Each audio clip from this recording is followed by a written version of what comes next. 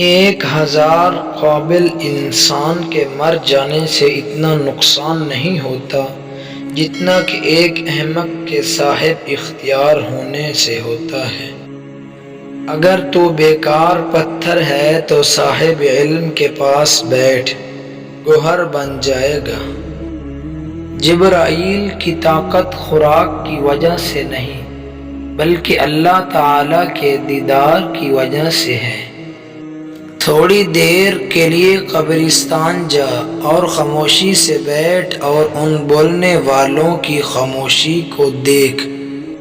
اگر آپ کو ہر مادی چیز کی قیمت معلوم ہے مگر اپنی قدر معلوم نہیں تو اس سے بڑی بیوقوفی کیا ہوگی؟ تمہاری اصل ہستی تمہاری سوچ ہے، باقی تو صرف ہڈیاں اور خالی گوشت ہے۔ جب دنیا والے تمہیں گھٹنے ٹیکنے پر مجبور کر دیں تو یہی بہترین وقت ہے سجدے کا۔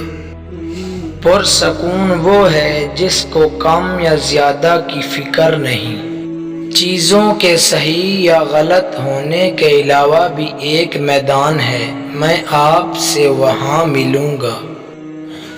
جب کسی چیز کے پیچھے بھاگتا ہوں تو میں غم اور پریشانیوں کا سامنا کرتا ہوں۔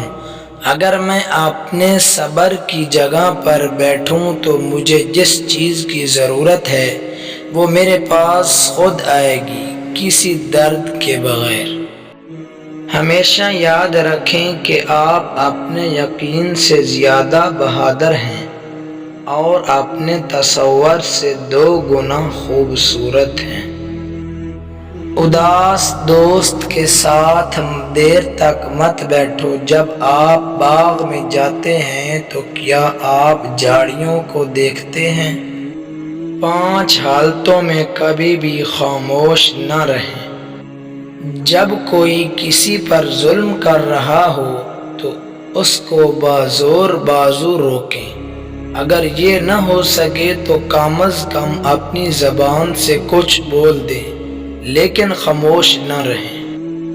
جب کوئی آپ کی عزت اور خود مختاری کو چیلنج کرے تو دشمن کے سامنے چٹان بن کر ٹوٹ جائیں لیکن خاموش نہ رہیں۔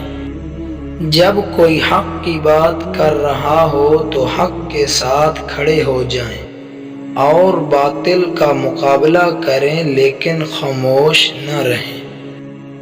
جب کوئی آپ کے دین اور آپ کے نبی کی توہین کر رہا ہو تو آپ اس وقت بھی خاموش نہ رہیں بلکہ نبی کی ناموس کی خاطر نکلیں۔ جب 2 لوگ آپس میں لڑ رہے ہو تو ساتھ کھڑے تماشا نہ دیکھیں بلکہ روکنے کی کوشش کریں۔